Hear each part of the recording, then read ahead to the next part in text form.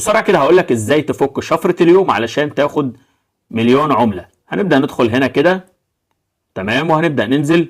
لازم طبعا البوت يبقى ظاهر معاك بالاحمر كده.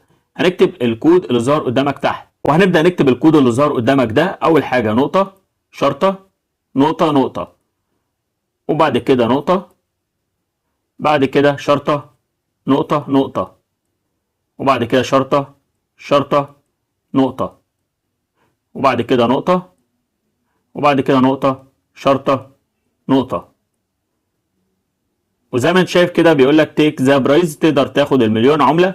ودي كانت شفره اليوم. والنهارده نزلت فيديو عن فتح الكروت، وللاسف الفيديو جايب 10 مشاهدات، يعني تقريبا من العصر لحد دلوقتي 10 مشاهدات. فالصراحه الموضوع يجيب احباط، بس ما عنديش مشكله لو العشرة دول بس اللي هيشوفوني، مفيش اي مشكله خالص. ولو واحد بس اللي هيشوفني وهيستفاد، ما عنديش اي مشكله خالص. اتمنى طبعا لو الفيديو عجبك يا ريت ما تنساش تعمل لايك، تعمل كومنت علشان يوصلك كل جديد. والسلام عليكم ورحمه الله وبركاته.